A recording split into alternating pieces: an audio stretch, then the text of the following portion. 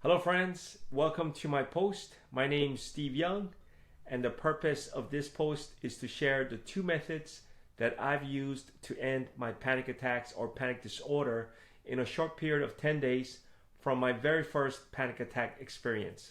So this post is actually a shorter version from my previous post, which was about 35 minutes long, but covering in more details all angles of my experiences and what I've learned and done, including the methods I've applied.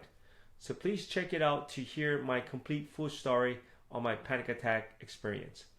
But before I begin on this post, just a disclaimer, I'm not a doctor or a therapist, so I would recommend seeing one if you were having any kinds of life-threatening symptoms, and whether you think it was a panic attack or not, I would make sure that it is not health related. So this is just with me sharing my personal story of my experiences and what I did to stop my panic attacks. So there will be two parts of this post focusing on the two most effective cognitive behavior techniques, CBT methods that had really helped me end my panic disorder. With this first half post, I'll be focusing on one of the two.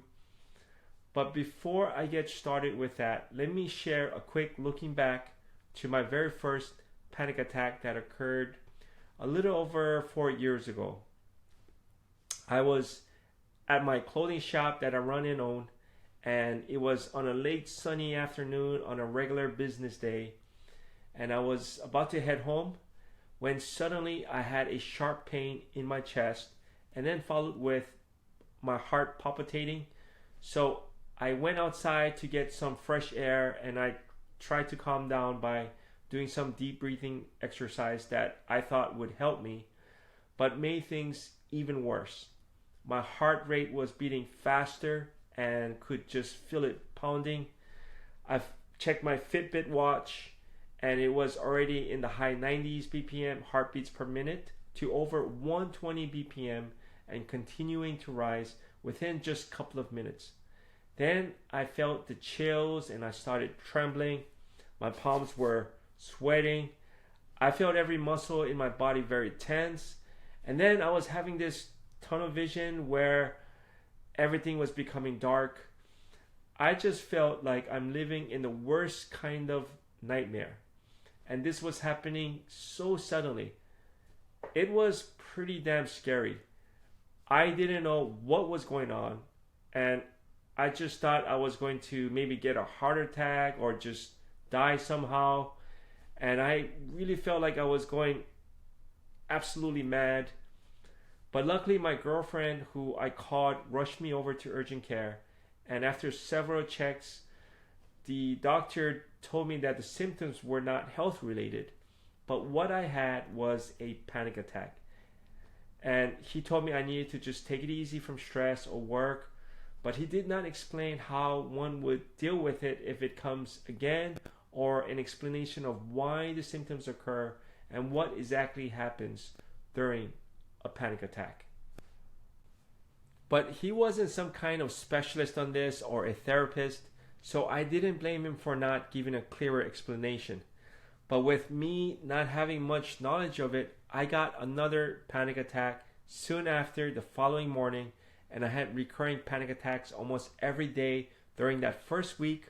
But luckily, on that second day, I discovered this wonderful book called Anxiety and Panic: How to Reshape Your Anxious Mind and Brain by Dr. Harry Berry, that I first bought it on Kindle and then got this paperback as well. So after the download, I've immediately read it and took notes, along with keeping a daily journal, and thankfully gave me enough knowledge, and with the methods I've learned and applied, I was able to stop my panic disorder in 10 days, and which I felt like this book had saved my life in some way. So I totally recommend getting it if you are suffering from panic attacks and or anxieties, which you can find the link below. So yeah, fortunately, from what I've learned, worked, and it was enough to where I didn't need any kinds of medications or therapy. But of course, I would have at least seek a therapist if I continue having further panic attacks. I guess you can say that this book was sort of like therapy that guided me through this. So quickly, what is a panic attack? Well, the original source lies in our emotional brain, which is in charge of our stress system, leading to these types of physical symptoms, which are our stress system reacting and preparing us to some perceived danger, the fight, freeze, or flight responses. So the function of our stress system releasing these symptoms we get are needed to prepare us and protect us from danger, such as coming across a lion or a bear. But the problem is that our emotional brain doesn't know the difference from being in front of a bear or speaking in front of a live audience or just stressing out from work. It just reacts when we have fearful thoughts or have anxieties or stressing out about something. They can simply trigger our stress system to cause these sudden physical symptoms like heart palpitation or tightness of chest and other kinds of symptoms. And then when we fall into the trap of assuming this symptom is dangerous, and also when we demand that it go away, this leads to the emotions of panic and leading to a cascade of other physical symptoms into a full-blown panic attack. So what we really need to understand, these symptoms of a panic attack are actually not dangerous or harmful, even though they may feel like they are, but really they are just uncomfortable to have. I've learned and applied various methods that can help, like making some healthy lifestyle changes with my diet, exercise, meditation, mindfulness, taking certain supplements. These were all very helpful for general anxieties or stress, but not so specifically for stopping and preventing panic disorders. But there were two very effective CBT methods that I've learned and applied that help minimize and banish my panic attacks completely. And they are called the flooding exposure method and the panic exercise. So what is the flooding exposure method? So during a panic attack, the objective is to allow the symptoms to come in and flood in, and you will do nothing but to embrace them.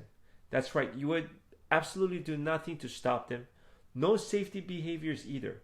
So no calling for help or go to a different environment to escape the symptoms or doing breathing exercises like what I did during my very first panic attack that backfired and made it even worse with more physical symptoms. Because when you do these safety behaviors, it sends a message to our emotional brain that you're in some kind of danger because you act and behave like you are. But although it may feel like it and even scary sometimes, but it's actually harmless, just really uncomfortable to have. So these safety behaviors prevent our body stress system from returning to normal or keeps the panic attack going through these types of behaviors. But when you accept and embrace the symptoms of a panic attack and do nothing to stop them, it sends a message to our emotional brain that we are not in danger. And with that, the same stress system reduces and recalls the excess adrenaline and all returns to normal. Quote from this book, "The more you embrace and challenge the physical sensations, the less the emotional brain is bothered about them, and the more quickly the adrenaline rush and physical symptoms will completely subside." So the first time I've applied this method was in the middle of that first week when I was in a jacuzzi down at the pool deck area for the condos where I reside at, and it was a really nice sunny day and I was just trying to relax. And when it got a little too hot, I came out and I was sitting on one of the chairs when suddenly I had another panic attack. But fortunately, I remembered my notes about the flooding exposure method to just do nothing but to welcome and embrace the symptoms. So that's what I did. It was pretty frightening in the beginning with my initial physical symptoms of rapid heartbeat along with my sweaty palms, and I was feeling even a little dizzy, but I decided to not be afraid and to not fight away the symptoms like I did previously. I just sat there and accepted the sensations flooding in me, and I just quietly and softly reminded myself that these symptoms were not dangerous, just uncomfortable. I kept on repeating it over and over. I accept this feeling. It is not dangerous, just a little uncomfortable. I accept this feeling. It is not dangerous, just uncomfortable.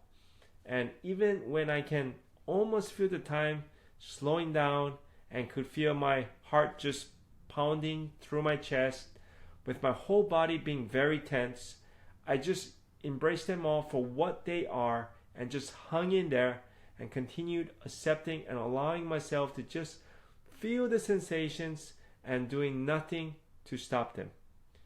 And surprisingly, a little less than 10 minutes or so, I could feel the symptoms just slowly dissipating and fading away all by itself. And once it ended, I remember how relieved I was that it didn't last as previous episodes that would go on for at least 30 minutes to an hour. So this one was much shorter, and with having a little positive experience from that, I started to believe that the symptoms were really not dangerous, just a little uncomfortable.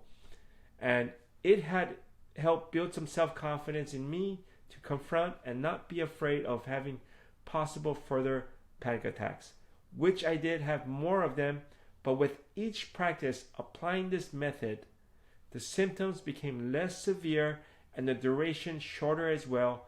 So this was a huge step, but the next biggest challenge I needed to do was to put myself in environments that I was most afraid of triggering panic attacks, which I had avoided, but I knew I needed to do this. Putting myself in public places like shopping malls or in crowded areas, but also I would demand that I get a panic attack at that moment where I actually would fear the most of having it, which sounded pretty crazy for me at first, but this was the must thing to do for me to stop having further panic attacks, simply called the panic exercise, which I will share part 2 of this post. So I would love for you to join me again. Well, I really appreciate you staying with me till the end. And if you found something from this post helpful in any way and have enjoyed it, would really appreciate you subscribing and a like. And please feel free to comment as well. Well, hope you would join me on my next post. Take care. Thank you.